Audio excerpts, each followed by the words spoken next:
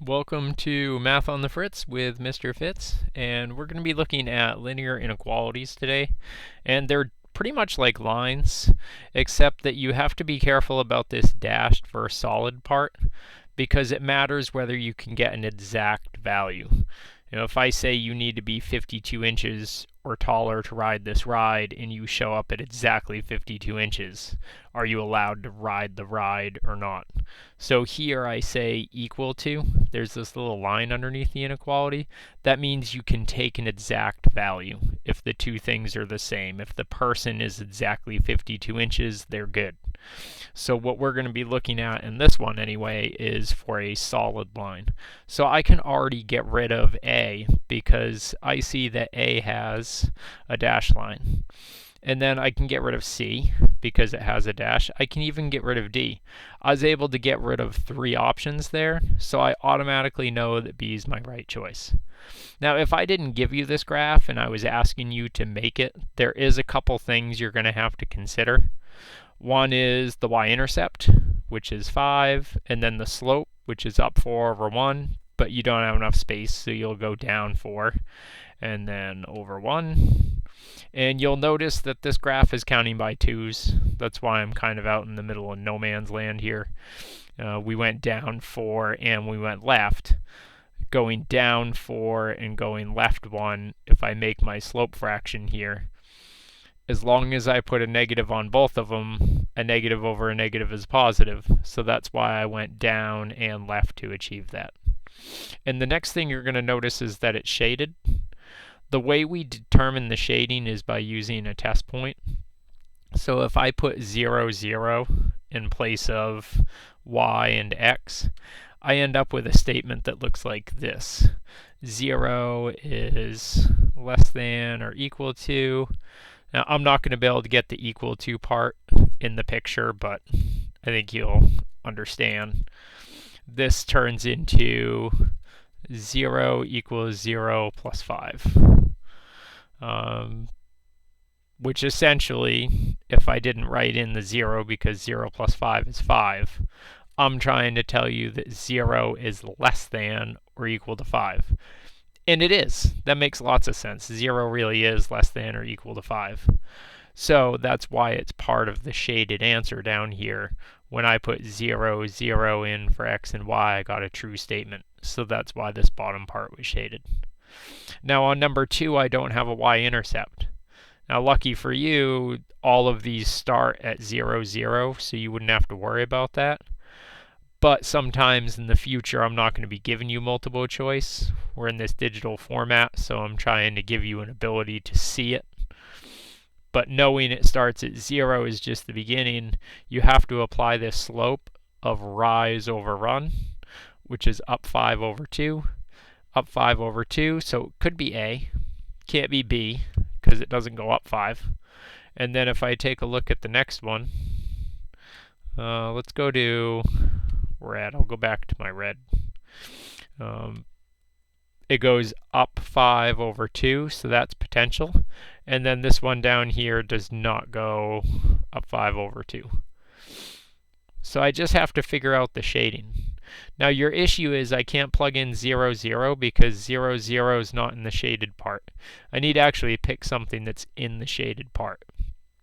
Because I'm dividing by 2, I don't like to have a bunch of fractions floating around my problem, so I'm just going to pick a multiple of 2. So I'm going to pick the point 2, 2. That way I can replace y and x with 2, and I can see what I get. Now the good news for doing this one is if I make them both 2, I can't get confused and put the wrong number in the wrong place. You don't have to do that, but it's just something that I like to do. So when you look at that problem and you just simplify it real quick, you have 2 is greater than 5. But 2 is not greater than 5. That doesn't make any sense. So we can't have that point 2, 2 wouldn't be part of the answer.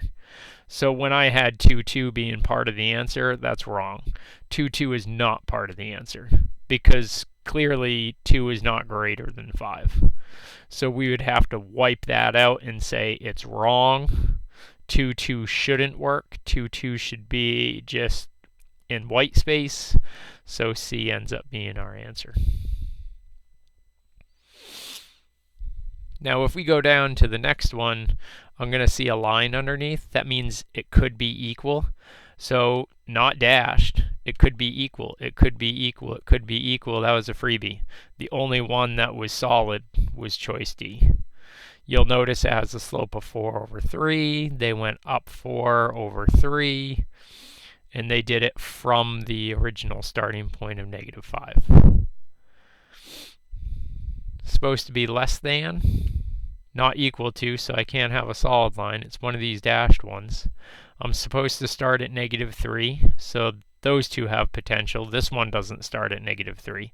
I only care about the y-axis. I don't care where it's crossing the x-axis. So that one's out. And then I need to figure out if 0, 0 is part of the answer. If it is, it's going to be choice C. If it's not, it's going to be choice B. So I'll check 0, 0 and see what I get. Then I would have 0 is less than -3. 0 is not less than -3. No, so 0, 0 cannot be in my solution. Must be B. B is the correct answer because notice 0, 0 is not in the solution if I choose B. So that's why I'm going to make that my choice. Then if we scroll to the next page, you have your oddball number. When I say x is greater than or equal to -3, I'm talking about the x-axis there. So I know that I need a vertical line. I'm going to start at -3 because it was negative here, so that's got good potential. And it could be this one down here too. This one's starting at -3 on the x-axis. This is no good because it's at +3. This is no good because y is at -3, but I care about x. So it's just a matter of if 0 works here or not. Is 0 greater than -3? Yes, it is. So since 0 is greater than -3, that means it works. That I should have a shaded section where the 0 is. So here's where my 0 is. That's the part that needs to be shaded in because 0, 0 worked in that section. So anything to the right of this line, whoop, should be shaded. Number 6, I have a nice dashed line.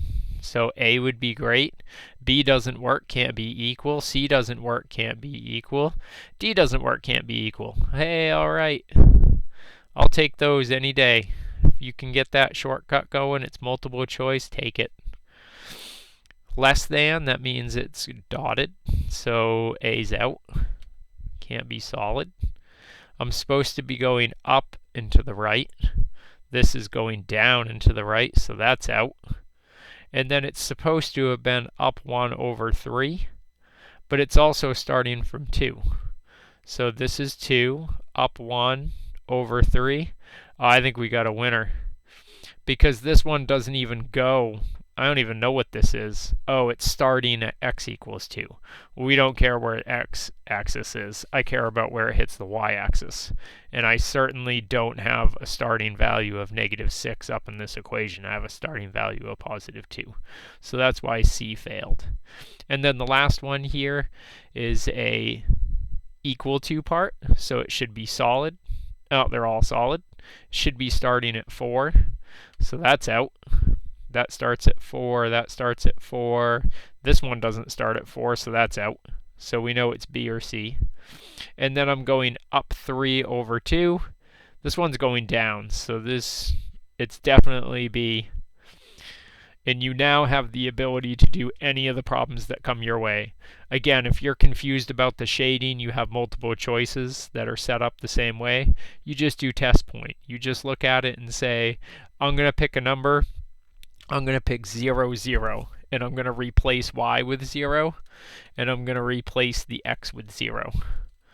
And when you do that, usually what happens is you end up with just two numbers, 0 and whatever number was at the end of your equation. So at the end of my equation was a +4. So I'm really comparing, is 0 greater than or equal to, I'll even put the equal part there. That's the only way I can show greater than or equal to. And then I say no, 0's not. That's a definite no.